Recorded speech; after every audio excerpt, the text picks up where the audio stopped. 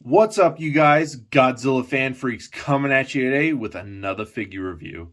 And today we are going to be taking a look at and reviewing the MondoShop.com Godzilla Museum statue of Godzilla from the animated Hanna Barbera series from the 1970s. Let's just get straight on into this review, taking a look at the box. Again, Mondo actually redeemed themselves with me anyway with this release. They kind of left a sour taste in my mouth after all their Pulgasari, disasters and everything like that. And then, of course, when the Pulgasari thing was going on, there was even more people coming out saying, yeah, their quality control is just really bad. They package stuff badly. So it's like it wasn't even just on that, but it was on other stuff too.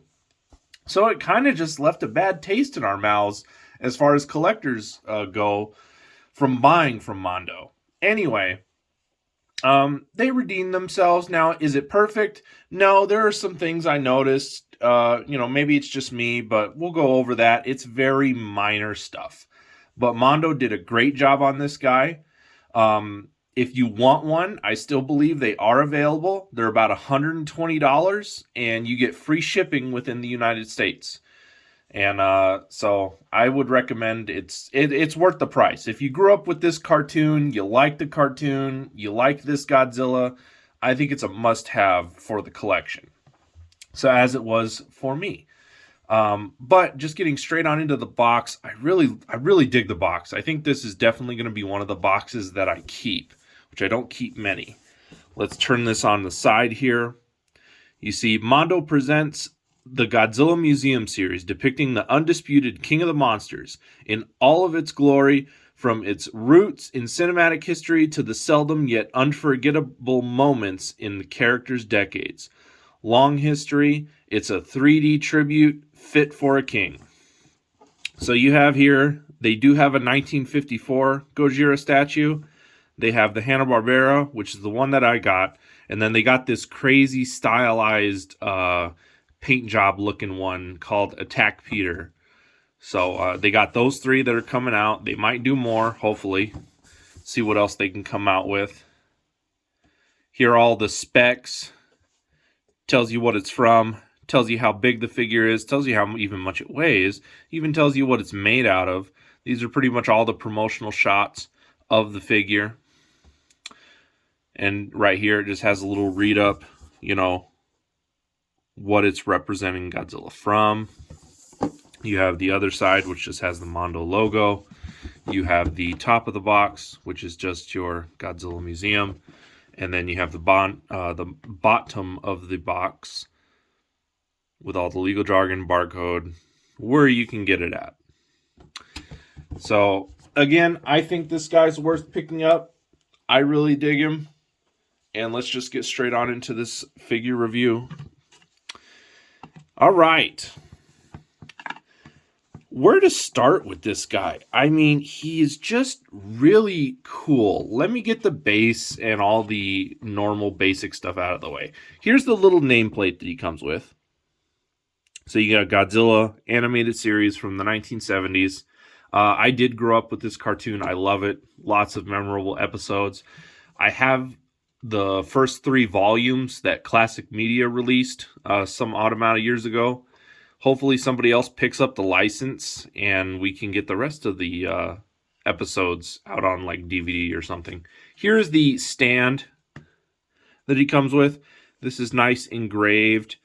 A lot of people have been like painting this actually, and I might paint mine a certain color maybe. It actually pops a little bit more if it's painted, but that's all engraved in there.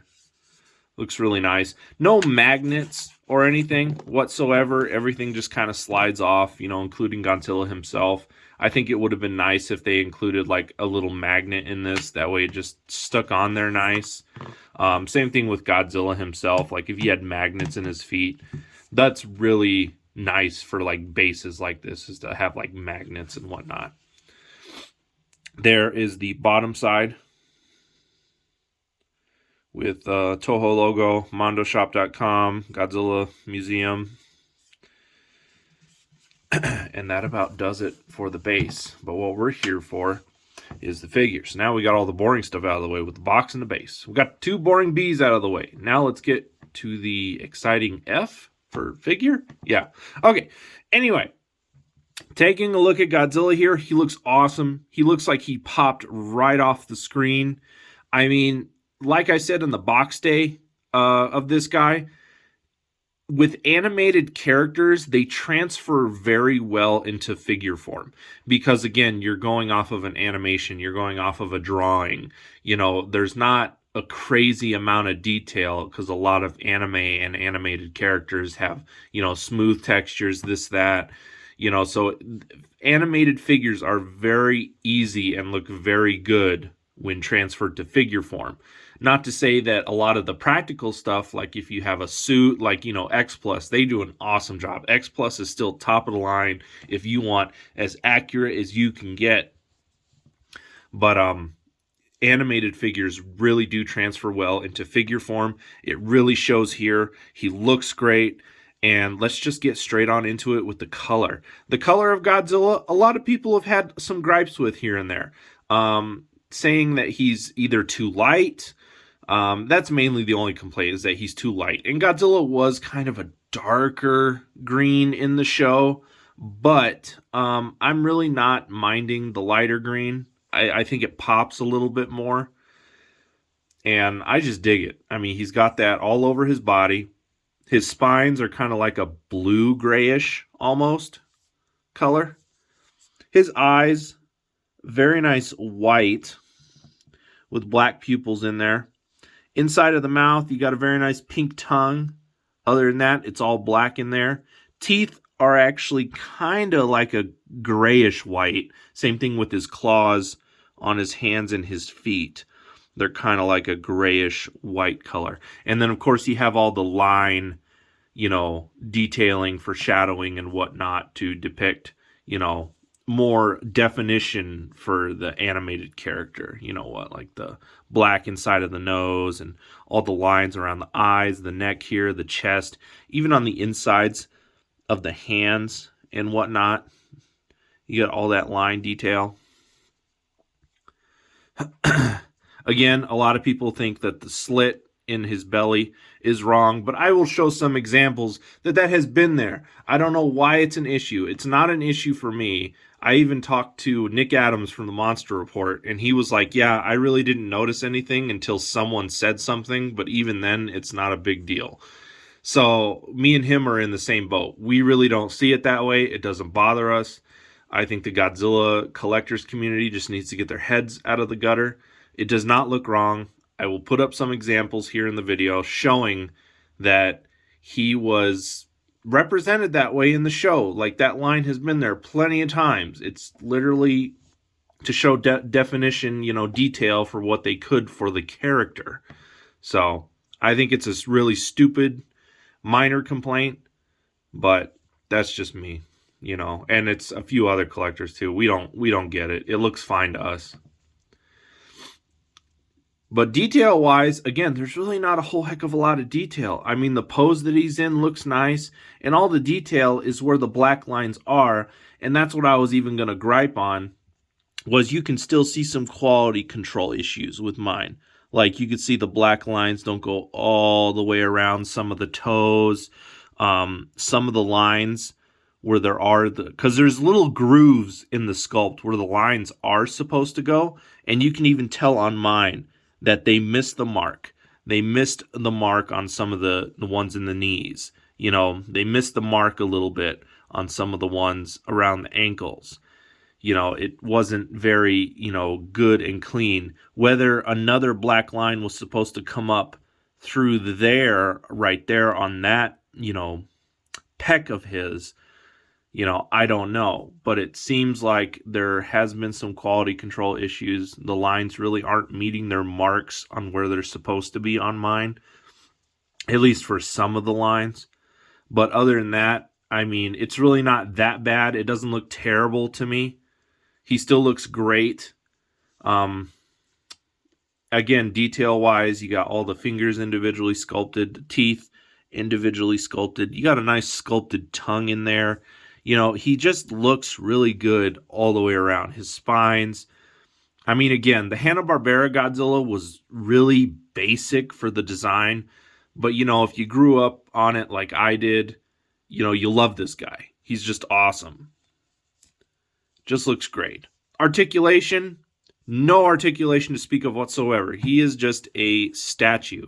That is it. He does not move. Nothing moves on him. He is just a nice representative piece. And I think he looks great. He's a perfect size, and we'll get on into scaling next. And of course, we'll do it without the base, because obviously the base is going to bump him up.